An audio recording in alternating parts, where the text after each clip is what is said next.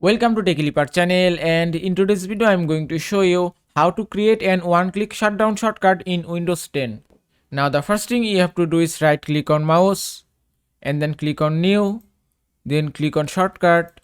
Now from here type shutdown,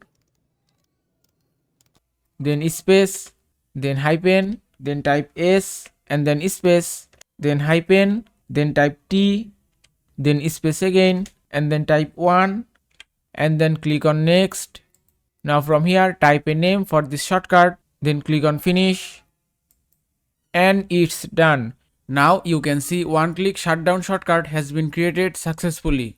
Now if you want to change the icon of shutdown shortcut, then just select it and then right click, then click on properties. From here click on change icon, then click on OK. Now from here you can choose any icon for this shortcut. If I select it and then OK, then click on OK and it's done. Now just double click on this icon to shut down your PC. And that is how you can create a one-click shutdown shortcut in your Windows 10 laptop or desktop computer. I hope this video was helpful. If it was, please give it a thumbs up and don't forget to subscribe.